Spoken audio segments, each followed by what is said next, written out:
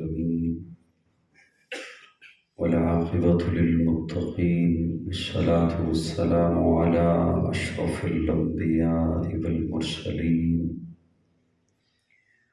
وعلى آله وأصحابه الطيبين الطاهرين. أما بعد فأعوذ بالله من الشيطان الرجيم. بسم الله الرحمن الرحيم. اليوم أكملت لكم دينكم وأتممت عليكم نعمتي ورضيت لكم الإسلام دينا. قال النبي صلى الله عليه وسلم: إنما بعثت لأتمم مكارم الأخلاق. قال النبي صلى الله عليه وسلم: عليكم بسنتي وسنة الخلفاء الراشدين المهديين. صدق الله مولانا العظیم. درود شریف کی تلاوت فرما لیں.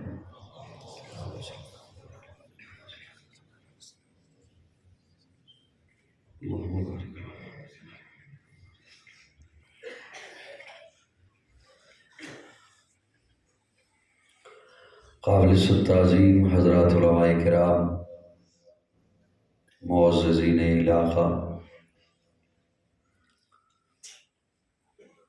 آج پہلی بار برادر مکرم ممتاز مذہبی سکالر استاذ العلماء حضرت مولانا قاضی شبیر احمد کاشمیری دامت فیوزہم، ان کے حکم پر اسلام آباد کے اس خوبصورت ادارہ جامعہ اصحاب صفہ میں سالانہ تقریب دستار فضیلت میں آپ کی خدمت میں حاضر ہوں. اللہ میری حاضری اور آپ کی تشریف آوری قبول فرمائے.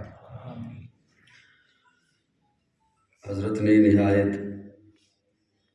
محبت سے حوصلہ افزائی فرمائی، لیکن میں خود کو اس قابل نہیں سمجھتا، بلکہ عموماً کہا کرتا ہوں کہ نہ بادشاہ ہوں دلوں کا، نہ خطیب ہوں میں لفظوں کا.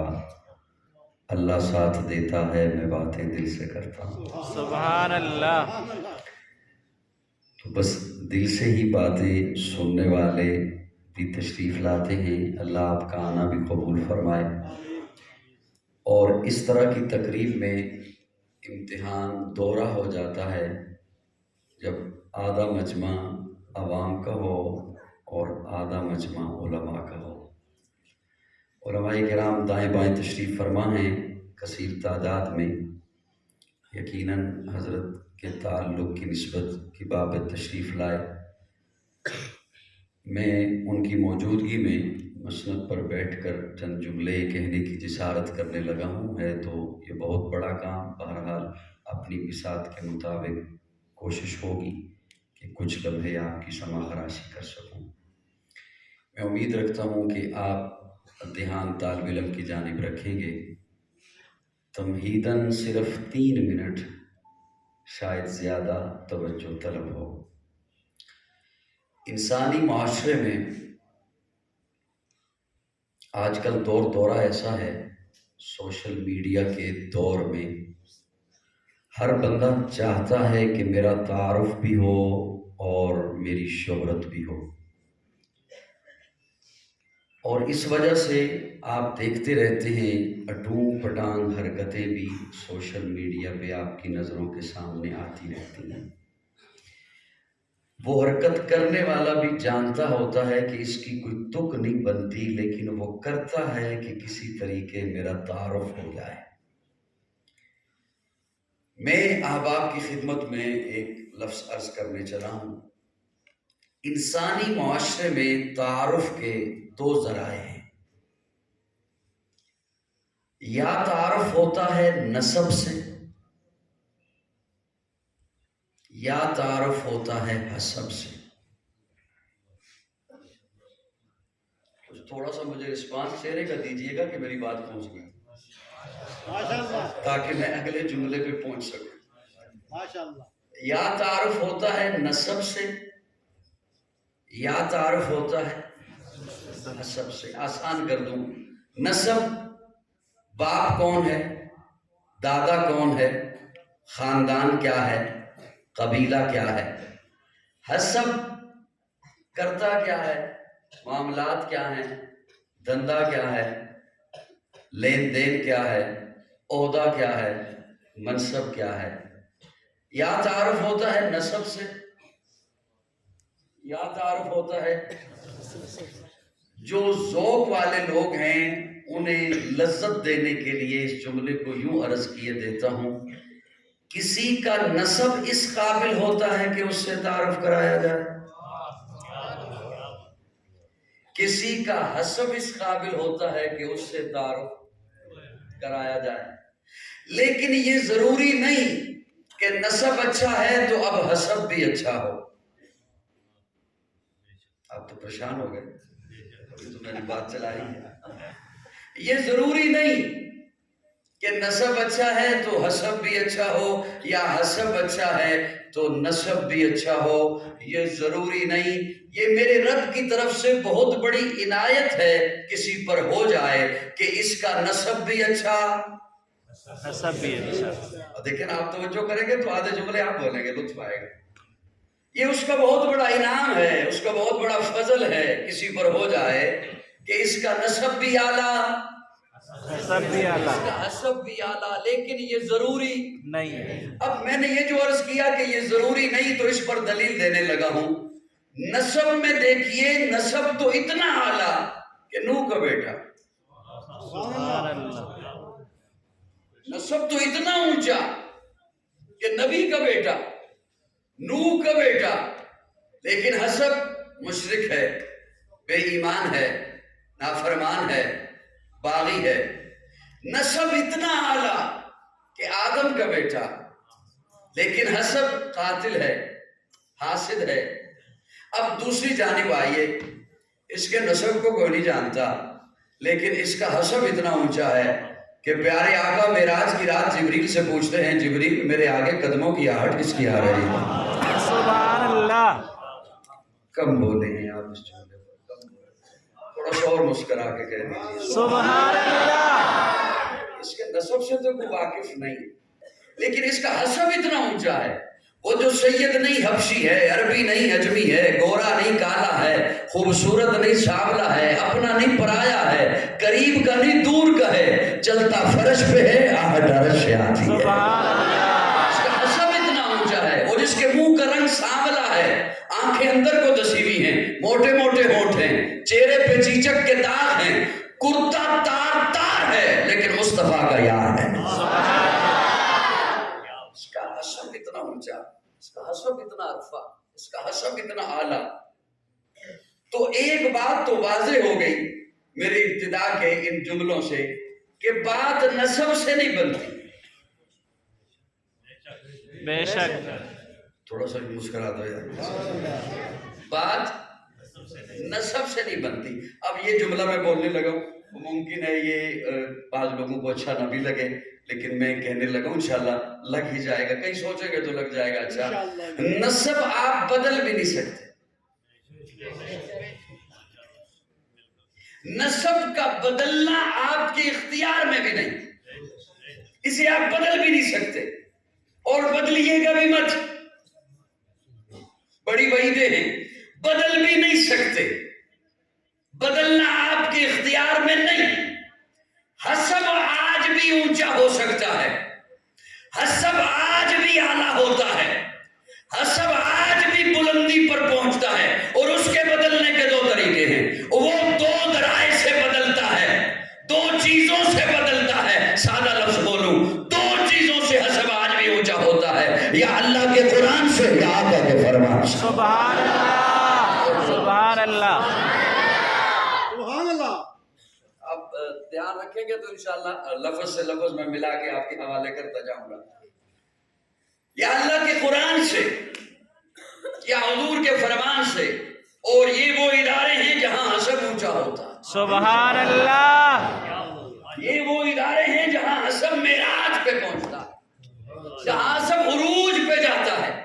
اب یہاں پر میں اس گفتگو کو ایک لمحے کے لیے صرف روک کر آل نظر چونکہ تشریف فرما ہے، آخر کیپٹل سٹی ہے،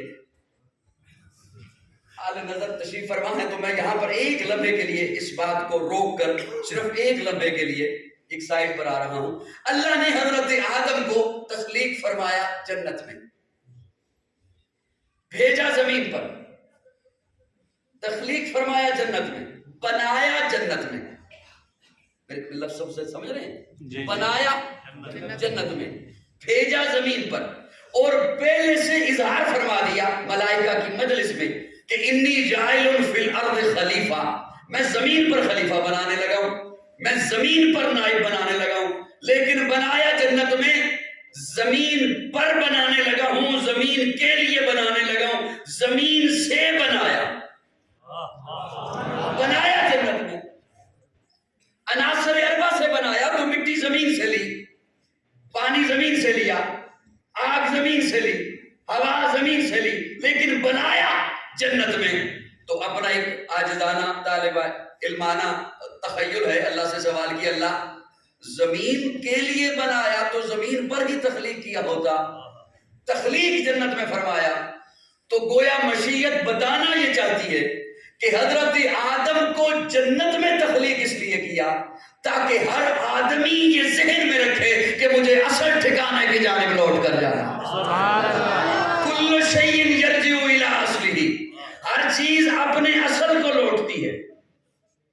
پانی کو بہاؤ وہ نشیب کی جانب جائے گا، آگ جلاؤ وہ اوپر کو اٹھے گی، باپ چھوڑو وہ ہوا میں تحلیل ہو جائے گی، ہر چیز اصل کو لوٹتی ہے۔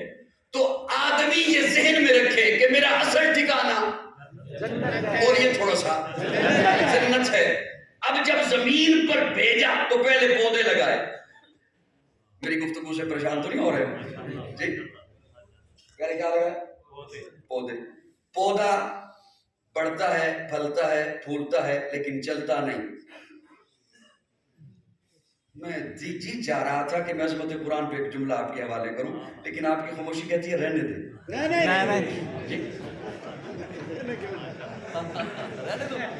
نہیں سر، میں اپنے ذوق میں آپ عظمت قرآن پہ بیانات حضرات علماء کے سنتے رہتے ہیں، میں طالب علم ہوں، مجھ سے ایک جملہ سنیے۔